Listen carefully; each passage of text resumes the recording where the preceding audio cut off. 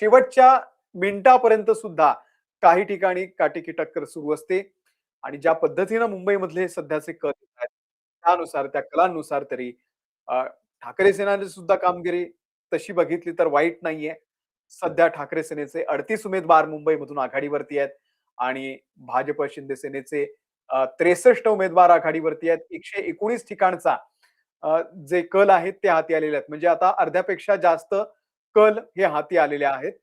जर असाच जर ट्रेंड कायम राहिला तर पुढच्या काही मिनिटांमध्ये आपल्याला एक वेगळं चित्र या ठिकाणी आपल्याला दिसू शकतं.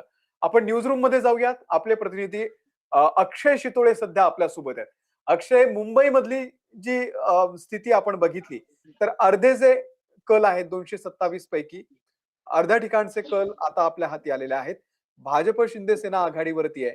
पण जर आपण शिंदे ठाकरे बंधू आणि काँग्रेस इतर यांना एकत्र केलं तर कुठेतरी काटेकी टक्कर होऊ शकते. काय नेमकं चित्र आहे? नक्कीच अमोल, काल मुंबई महानगरपालिकेसह राज्यातील 29 महानगरपालिकांसाठी मतदान पार पडलं आणि हे मतदान पार पडल्यानंतर काल संध्याकाळी विविध संस्थांचे एक्झिट पोल आले. या एक्झिट पोलमध्ये आपल्याला माहिती आहे की ज्या काही संस्थांचे एक्झिट पोल आले त्याच्यामध्ये महायुतीचा विजय होत असल्याचं, म्हणजे मोठ्या फरकाने महायुती जिंकत असल्याचं या एक्झिट पोलमध्ये दाखवलेलं होतं आणि परिणामी ठाकरे बंधूंचे जे दोन पक्ष आहेत तर त्यांच्यामध्ये एक निराशेचं वातावरण होतं. मात्र आता सुरुवातीचे जे कल आहेत ते अगदीच एकतर्फी नसल्याचं आपल्याला पाहायला मिळतंय. विशेषतः मुंबईमध्ये ठाकरे बंधू भाजपला जोरदार टक्कर देत असल्याचं आपल्याला पाहायला मिळतंय. सध्याच्या सुरुवातीला मुंबईतील एकूण 227 प्रभागांपैकी 46 प्रभागांचे सुरुवातीचे कल आपल्या हाती आलेले आहेत आणि याच्यामध्ये जरी भाजप आणि एकनाथ शिंदेची शिवसेना आघाडीवर दिसत असली तरी त्या खालोखाल ठाकरे बंधू आणि सोबतच काँग्रेसने देखील खातं उघडल्याचं आपल्याला पाहायला मिळतंय कलांमध्ये. तरी आत्ताची जी आकडेवारी आहे त्याच्यामध्ये भाजप 16 जागांवरती आघाडीवरती आहे. त्याच्या खालोखाल एकनाथ शिंदेची शिवसेना आहे ती जवळपास 12 जागांवरती आघाडीवर असल्याचं आपल्याला पाहायला मिळतंय आणि उद्धव ठाकरेंची शिवसेना देखील 10 जागांवरती आघाडीवरती आहे. राज ठाकरेंची मनसे 5 जागांवरती आणि जी काँग्रेस आणि वंचितची आघाडी आहे तर त्यांना 3 जागांवरती त्यांचे उमेदवार आघाडीवर असलेलं आपल्याला पाहायला मिळतंय. तर एकंदरीत आता सुरुवातीच्या ज्या 46 जे प्रभाग आहेत त्यांचे कल हाती आलेले आहेत आणि त्याच्यामध्ये भाजप आणि एकनाथ शिंदेची शिवसेना या युतीला सध्या आघाडी असल्याचं आपल्याला पाहायला मिळते. परंतु ही लढत एकतर्फी नक्कीच नाहीये. सुरुवातीच्या कालांमध्ये देखील ठाकरे बंधूंची आघाडी असेल किंवा काँग्रेस आणि वंचित असेल ते देखील समाधानकारक कामगिरी करत असल्याचं आपल्याला पाहायला मिळतंय. अमोल, तुमचा आवाज कट झाला होता तर प्रश्न पुन्हा पुणे असेल, पिंपरी चिंचवड असेल, ठाणे असेल, ही जी आणखी मोठी शहरं आहेत ज्यासोबत आपल्या मुंबई सोबत या शहरांकडे सुद्धा लक्ष आहे. या शहरांमध्ये सुरुवातीचे कल काय सांगतायत? नक्कीच अमोल, पुणे असेल किंवा पिंपरी चिंचवड असेल इथे 2017 साली भाजपने मोठा विजय प्राप्त केला होता. पुण्यामध्ये तर जवळपास 100 जागांवरती भाजपने विजय मिळवलेला होता. यावेळी देखील ही लढाई एकतर्फी असेल असं सुरुवातीचं चित्र होतं. मात्र राज्याचे उपमुख्यमंत्री आणि राष्ट्रवादीचे अध्यक्ष अजित पवार हे ताकदीने या निवडणुकीत उतरले आणि त्याच्यानंतर पुणे आणि पिंपरी चिंचवडचं वातावरण काहीसं बदलल्याचं आपल्याला पाहायला मिळालं. अजित पवारांनी निवडणूक प्रचारामध्ये अत्यंत आक्रमकपणे उतरत भाजपवरतीच हल्ला केला आणि भ्रष्टाचाराचे विविध आरोप केले. भाजपचे जे स्थानिक नेतृत्व आहे पिंपरी चिंचवडमध्ये महेश लांडगे असतील किंवा पुण्यामध्ये मुरलीधर मोहोळ असतील यांच्यावरती अजित पवारांनी थेट आरोप केले आणि त्याच्यानंतर अजित पवारांनी आपला वचननामा जो आणला त्याच्यामध्ये देखील त्यांनी लोकांना आकर्षित करतील अशी आश्वासनं दिलेली होती आणि याचा जो परिणाम आहे तो निवडणुकीत आपल्याला पाहायला मिळाला. आणि जी निवडणूक सुरुवातीच्या टप्प्यामध्ये एकतर्फी वाटत होती ती पुणे आणि पिंपरी चिंचवडची निवडणूक नंतरच्या टप्प्यात मात्र चुरशीचे ठरत असल्याचं आपल्याला पाहायला मिळते आणि ते आजच्या आकड्यांमध्ये जे सुरुवातीचे कल आहेत त्याच्यामध्ये आपल्याला त्याचं प्रतिबिंब पाहायला मिळतंय. पुण्यामध्ये आणि पिंपरी चिंचवड या दोन्ही ठिकाणी सत्ताधारी भाजपला अजित पवारांचे राष्ट्रवादी आणि शरद पवारांचे राष्ट्रवादी ज्या दोन्ही राष्ट्रवादी एकत्र आलेले आहेत तर त्या जोरदार टक्कर देत असल्याचं आपल्याला पाहायला मिळतंय. हे जरी सुरुवातीचे कल असले तरी देखील या कालांमध्ये अजित पवारांचे राष्ट्रवादी आणि शरद पवारांचे राष्ट्रवादी यांनी पिंपरी चिंचवडमध्ये जवळपास भाजप एवढ्याच जागांवरती आघाडी घेतलेली आहे.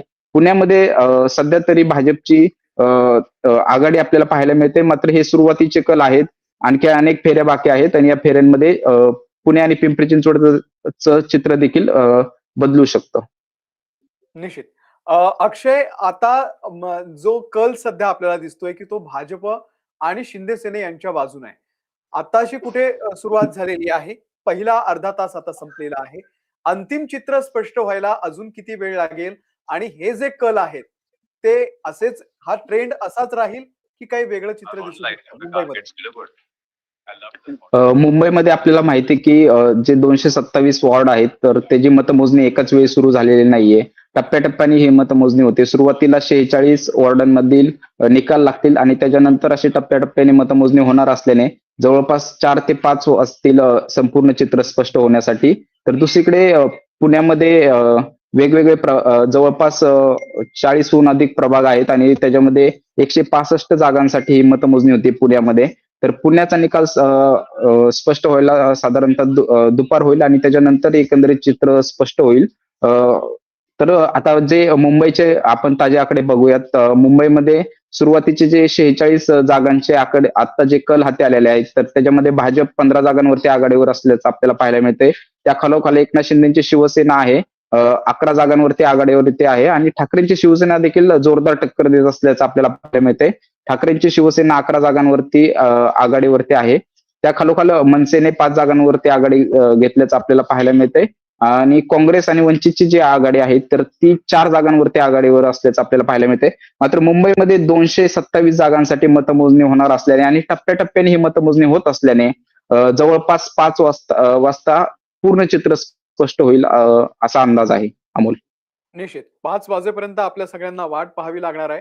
अर्थात हे सुरुवातीचे कल आहेत आणि या सुरुवातीच्या कलांमध्ये सध्या तरी भाजप शिंदेसेना हे आघाडीवरती असलं तरी देखील पुढच्या 2-3 तासांमध्ये एक नेमकं चित्र मुंबईमधलं काय असेल ते स्पष्ट होईल आणि अंतिम निकाल जसं अक्षयने सांगितलं तसं 5 वाजेपर्यंत लागणार आहे. अक्षय, मधून-मधून तुझ्याशी बोलत राहीन. अपडेट तुमच्याकडून घेत राहू. तुर्तास धन्यवाद दिलेल्या या संपूर्ण माहितीबद्दल. अ, वेगवेगळ्या ठिकाणचे आता आपल्याला जे कल आहेत ते दिसतायत. मगाशी मी तुम्हाला सांगितलं, की मुंबईमध्ये समाधान सरवणकर हे पिछाडीवरती होते. ते पुन्हा आघाडीवरती आलेले आहेत. पुण्यामध्ये एक महत्त्वाची लढत म्हणजे प्रशांत जगताप हे सुद्धा आघाडीवरती सध्या असल्याचं आपल्याला दिसतायत. आघाडीवर किती मतांनी आहेत? तर 4 मतांनी आहेत. अर्थात आता हे वेगवेगळ्या ठिकाणच्या ज्या मशीन आहेत त्या जेव्हा बाहेर काढतील वेगवेगळ्या प्रभागांमधल्या तेव्हा मागे-पुढे हे होत राहील. त्यामुळे जे आता चित्र दिसतंय तेच चित्र अंतिम आहे, असं काही नाहीये. आपण एक गोष्ट लक्षात ठेवली पाहिजे, की 227 पैकी आता मुंबईमधल्या 128 ठिकाणचे जे कल आहेत, त्यामध्ये भाजप आणि शिंदे सेना यांनी 68 ठिकाणी आघाडी घेतलेली आहे. तर जवळपास 43 ठिकाणी 42 ठिकाणी सध्या ठाकरे बंधू आघाडीवरती आहेत. काँग्रेसचा आकडा सुद्धा समाधानकारक आहे. अगदीच वाईट नाहीये. 11 ठिकाणी सध्या काँग्रेस ही आघाडीवरती आहे. इतर 6 ठिकाणी आघाडीवरती आहेत. त्यामुळे मुंबईमधलं जे दृश्य आहे, ते हळू-हळू चेंज होतंय का ते पाहावं लागेल. आता अवघ्या 100 जागांचेच कल हाती येणं बाकी आहे. 227 पैकी 128 ते हाती आलेले आहेत आणि भाजप शिंदे सेना यांनी 68 ठिकाणी सरशी मिळवलेल्याचं आपल्याला दिसून येत आहे. गुलाबराव देवकर यांचे पुत्र प्रफुल्ल देवकर जळगावमधून ते आघाडीवरती असल्याचं दिसतंय. प्रशांत जगताप पुण्यामध्ये ते 4 मतांनी आघाडीवरती आहेत.